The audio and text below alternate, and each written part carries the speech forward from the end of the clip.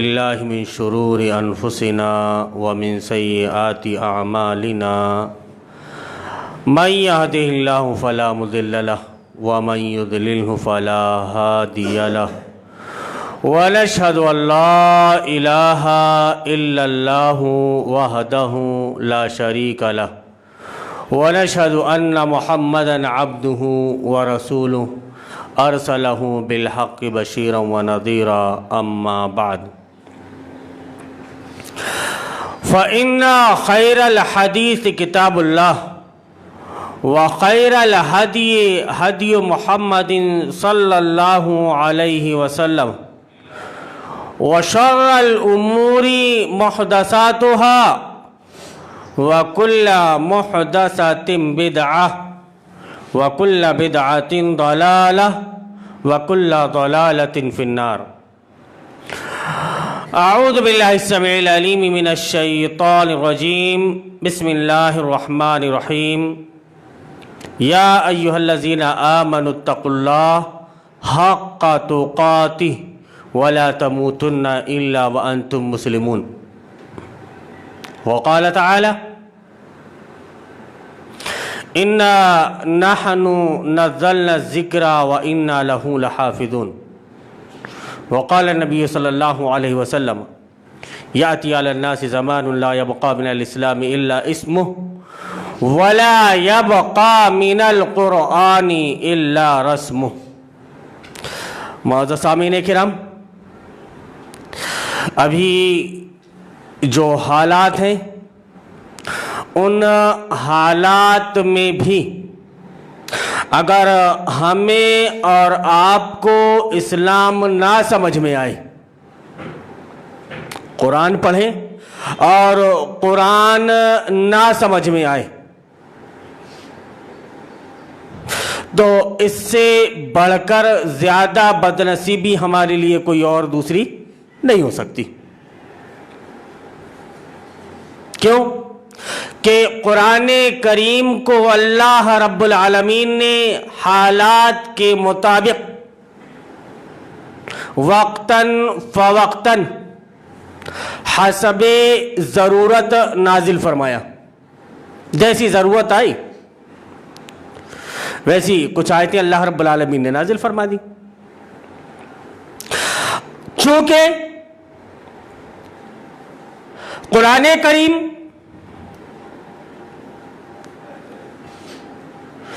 حالات کے مطابق حسب ضرورت نازل ہوا ہے، تو اس میں وہ ساری ضرورتیں یا وہ سارے حالات جو قیامت تک انسان کے ساتھ آنے والے ہیں، ان حالات کا اس میں ذکر کر دیا گیا ہے۔ یہ الگ بات ہے کہ ابھی آپ نے قرآن کے بیان کے مطابق اتنا اس میں غور و فکر نہیں کیا جتنا کرنا چاہیے تھا۔ اللہ رب العالمین کہتا رہا افلا یتدبرون القرآن، یہ قرآن پر غور و فکر کیوں نہیں کرتے؟ کیا ان کے دلوں میں تالے چڑھ گئے ہیں؟ اور جس کے دل میں تالے چڑھ گئے وہ یقیناً قرآن پاک کو نہیں سمجھ سکتا۔ قرآن پاک کو سمجھنے کے لیے آپ کو کم از کم نیوٹرل ہونا پڑے گا، باعمل ہونا پڑے گا۔ باعمل نہیں ہو، آپ عمل نہیں کر رہے ہو، قرآن کے مطابق آپ کی زندگی نہیں گزر رہی ہے، تو آپ کو قرآن نہیں سمجھ میں آئے گا۔ اللہ رب العالمین کا فرمان کہ الذی خلق الموت والحیات لیبلوکم ایکم احسن عملا، کہ اللہ رب العالمین نے موت اور زندگی کو اسی لیے پیدا کیا، زندگی اور موت کو اسی لیے پیدا کیا لیبلوکم ایکم احسن عملا، کہ تم میں بہترین عمل کرنے والا کون ہے؟ وہ کون سا عمل ہے جو بہترین ہوگا؟ وہ کون سا کام ہے جو نیک ہوگا؟ تو عوام نے یہ سمجھ لیا کہ ہمارے مولانا محترم نے ممبر رسول پر کھڑے ہو کر جو کچھ بیان کر دیا وہ نیک ہے؟ یہ تصور ہے صاحب سماج کا؟ یہ لوگوں کی خام خیالی ہے کہ جو کچھ مولانا صاحب بتا رہے ہیں وہی دین حق ہے، اس کے علاوہ کوئی دین حق نہیں۔ اب آپ کا واسطہ کتاب اللہ سے بالکل نہیں، سنت رسول اللہ سے بالکل نہیں، مولانا صاحب سے آپ کا رابطہ پورا ہے، پورا کا پورا رابطہ آپ کا جڑا ہوا ہے مولانا صاحب سے۔ اب ظاہر سی بات ہے بیچارے مولانا کو دین نہیں سمجھ میں آیا، جس کو یہ نہیں سمجھ میں آیا کہ میں یہودی کا ایجنٹ بنا ہوا ہوں، وہ آپ کو دین کیا سمجھائے گا؟ بڑی بات کر رہا ہوں سامنے۔ نبی کریم صلی اللہ علیہ وسلم کے فرمان کے مطابق کہ لَا تَتَّبِعُنَّ سُنَنَ مَنْ كَانَ قَبْلَكُمْ، کہ تم پہلے لوگوں کی سنتوں کو اختیار کرو گے، پہلے لوگوں کے طریقے کو اختیار کرو گے، اگر وہ گوہ کے بل میں بھی گھس گئے ہیں تو تم گوہ کے بل میں گھس جاؤ گے۔ اس سلسلے میں ایک بڑی سخت حدیث بھی ہے جس کو علامہ ناصر الدین البانی رحمۃ اللہ علیہ نے سلسلۃ الاحادیث صحیحہ کے اندر ذکر کیا ہے۔ انہوں نے جو حدیث ذکر کیا وہ یہ کہ اگر ان میں سے کوئی اپنی ماں سے زنا کرے گا تو تم بھی اس سے پیچھے نہیں ہٹو گے۔ اس حد تک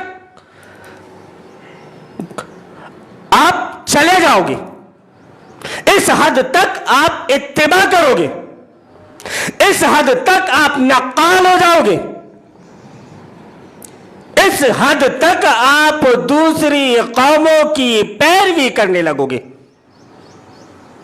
اور یقیناً ہم دیکھ رہے ہیں کہ آج کے جو حالات ہیں ان حالات کے تناظر میں کہ جیسا یہودی چاہ رہا ہے ویسا ہی دنیا میں سب کچھ ہو رہا ہے۔ ایک ورلڈ آرڈر لانا چاہتا ہے وہ، جبکہ آپ آئے اس لیے تھے کہ اسلامک ورلڈ آرڈر آپ کو قائم کرنا تھا۔ آپ آئے اس لیے تھے کہ تمام ادیان باطلہ پر اس دین کو غالب کرنا تھا۔ اللہ رب العالمین بیان فرماتا ہے هو الذی ارسل رسولہ بالہدی ودین الحق لیظہرہ علی الدین کلہ، کہ اپنے رسول کو، وہی وہ ذات ہے جس نے اپنے رسول کو ہدایت کے ساتھ اور دین حق کے ساتھ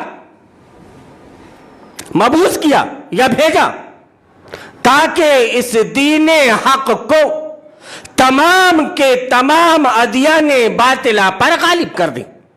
نبی صلی اللہ علیہ وسلم کی زندگی کا مقصد یہ تو سارے انبیاء کرام علیہ السلام کی زندگی کا مقصد یہی تھا۔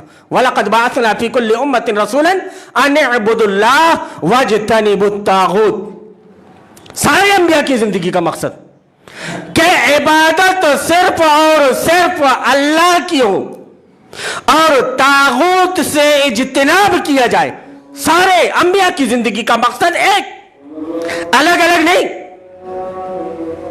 ایسا نہیں کہ عیسیٰ علیہ السلام کی زندگی کا مقصد کچھ اور ہو، موسیٰ علیہ السلام کی زندگی کا مقصد کچھ اور ہو، داؤد علیہ السلام کی زندگی کا مقصد کچھ اور ہو، ابراہیم علیہ السلام کی زندگی کا مقصد کچھ اور ہو، نوح علیہ السلام کی زندگی کا مقصد کچھ اور ہو۔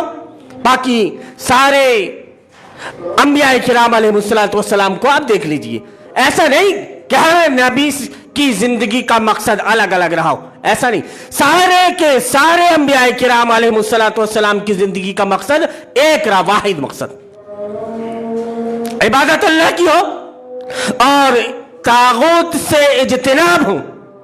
مولوی نے یہاں پر ڈنڈی ماری جو یہودیوں کا شکار ہو گیا کہ عبادت سے مراد نماز، روزہ، حج، زکوٰۃ ہے، بس اس کے علاوہ کچھ نہیں۔ کیسے؟ آپ کے باپ حضرت ابراہیم علیہ السلام نے نمرود کو تسلیم نہیں کیا۔ جب نمرود نے ظاہری طور پر یہ بتایا کہ میں مار سکتا ہوں اور زندہ کر سکتا ہوں. ایک کو بلایا جس کو سزا ہونے والی تھی, پھانسی لگنے والی تھی کل, اس کو چھوڑ دیا, اور جو بری چھوٹنے والا تھا اس کو بلا کر کے قتل کر دیا. کہا کہ نہ ہو جی وہ امید کہ موت اور زندگی کے فیصلے میں کرتا ہوں.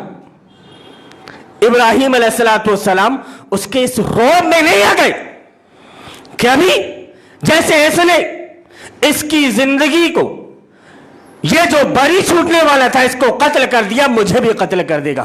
نہیں, دو بدو ہو کر انہوں نے جواب دیا کہ میرا رب سورج کو مشرق سے نکالتا ہے, تو مغرب سے نکال دے. کیا آپ کو کیا سمجھ میں آیا کہ آپ کو لوگوں کو یہ باور کرانا ہے کہ تم جو اپنے آپ کو کچھ سمجھ رہے ہو, تم جو یہ سمجھ رہے ہو کہ I'm something, میں کچھ ہوں, میں کچھ ہوں, میں کچھ کر سکتا ہوں, اس کو بتاؤ کہ تم کچھ نہیں کر سکتے, تمہارے اختیار میں کچھ بھی نہیں ہے. جو کچھ ہے رب العالمین کے اختیار میں ہے. وہ چاہے تو زمین کو ہلا دے, وہ چاہے تو زمین پھٹ جائے اور سب جل جاؤ اس کے اندر, کوئی بعید نہیں. تمہیں یہ بتانا چاہیے تھا, لیکن مولوی نے لا کر کے اس کو محدود کر دیا ایک دائرے میں کہ دیکھو اللہ رب العالمین نے جو قرآن میں آیت نازل فرمائی ہے نا, وہ وسیم رضوی تو نہیں بن سکتے. کیوں کہ اگر عوام کے سامنے یہ بولے کہ یہ آیتیں جو ہیں ہمارے مزاج سے میل نہیں کھاتی, کوئی بھی مولوی اگر ایسا بولے گا کتنی ہی بددین عوام کیوں نہ ہو, وہ فوراً بغاوت پر اتر جائے گی کہ نہیں یہ مولوی ٹھیک نہیں ہے. تو وسیم رضوی بول کر کے یہ تو نہیں کہہ سکتے, بن کر کے یہ تو نہیں کہہ سکتے کہ یہ آیتیں صحیح نہیں ہیں, ان کو ریموو کر دیا جائے. انہوں نے کیا کہا, نبی کریم صلی اللہ علیہ وسلم کے فرمان کے مطابق کہ ہلاک امتی فی الکتاب واللبن, میری امت کی ہلاکت کتاب اور لبن میں ہے, کتاب میں اور دودھ میں. صحابہ اکرام نے پوچھا یا رسول اللہ مل کتاب واللبن, کہ یہ کتاب اور دودھ سے مراد کیا ہے؟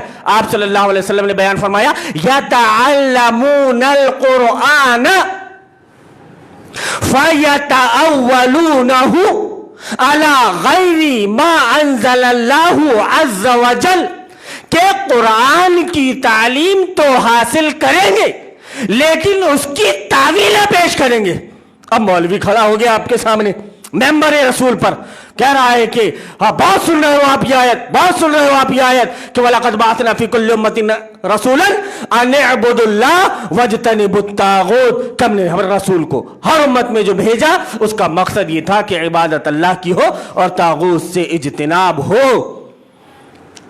اور پھر آیت الکرسی کے بعد کی آیت بھی بھول نہیں سکتے, کیونکہ آیت الکرسی کرسی کا نسا شب کو ہے.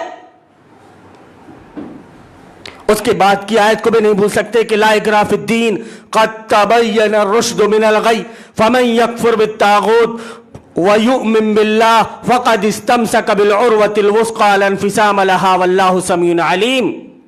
کیا آپ نے اگر یہ آیت پیش کر دی, کہاں ٹھیک ہے, لیکن طاغوت سے مراد بت ہے, پتھر ہے, درخت ہے, قبر ہے, ساحر ہے, مجنون ہے, یہ لوگ ہیں طاغوت, باقی اس کے علاوہ کوئی دوسرا طاغوت نہیں. آپ کے اس زمانے میں طاغوت کیا ہے وہ آپ کو نہیں بتائے گا, لیکن آپ کو طاغوت سے بچنا ضروری ہے. یہ بتائیے آپ کہ جب اللہ رب العالمین نے ہر قوم میں ایک نبی کو بھیجا, ہر امت میں ایک نبی کو بھیجا, اور نبی کے بھیجے جانے کا مقصد یہ بتایا کہ ان اعبدوا اللہ واجتنبوا الطاغوت, کہ عبادت اللہ کی ہو اور طاغوت سے اجتناب ہو.